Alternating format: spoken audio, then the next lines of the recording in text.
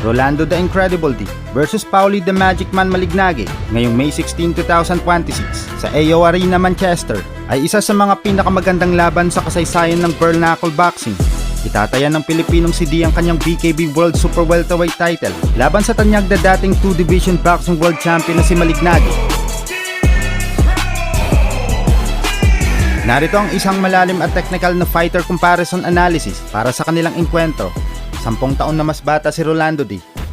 Mas patangkad ng 1 pulgada, pero mas mahaba ang galamay ni Malignaggi. Parehong kanang suntok ang gamit. 5 panalo, 1 talo at 4 na knockout sa Pilipino at 1 panalo at 1 talo para kay Malignaggi. Narito ang sandata at kahinaan ng bawat fighter. Number 1, ang gyera sa distansya, reach at footwork. Hawak ni Malignaggi ang napakalaking 5.5 reach advantage. Kilala si Paulie sa kanyang elite level jab at mabilis na footwork noong siya ay nasa pro boxing pa. Ang kanyang pangunahing plano ay panatilihing malayo si D. Gamitin ang labas-pasok na patama at hindi makipagpalitan ng mukhaan sa loob ng lona. Pero may kahinaan si Malignaggi. Merong iniindang pinsala sa mata si Malignaggi na nag-iwan sa kanya ng bahagyang pagkabulag. Kung napag-aralan ng kampo ni D ito, maaari silang lumikha ng mga anggulo sa blind spot ni Paulie upang makalusot ng mga malalakas na suntok.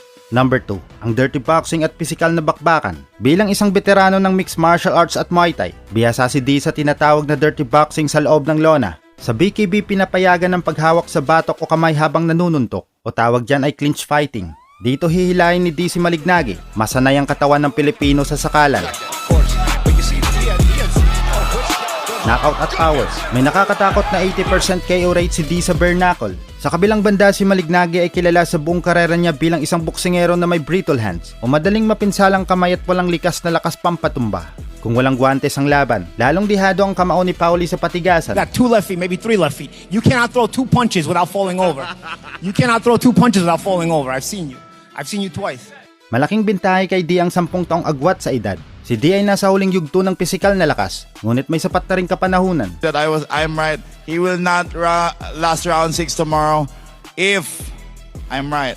Si Malignaggi ay 45 anyos na. Sa edad na yan ay questionable na ang tumanggap ng malalakas na suntok. It's a different kind of sport. It's like saying that I'm the best footballer in the world, so that I should be a star of NBA. You know, it's a different kind of sport. Abangan natin ang bakbakan na yan. Suportahan natin ang Pilipinong mandirigma. Mabuhay ang Pinoy na boksingero. Mabuhay ang bare knuckle boxing.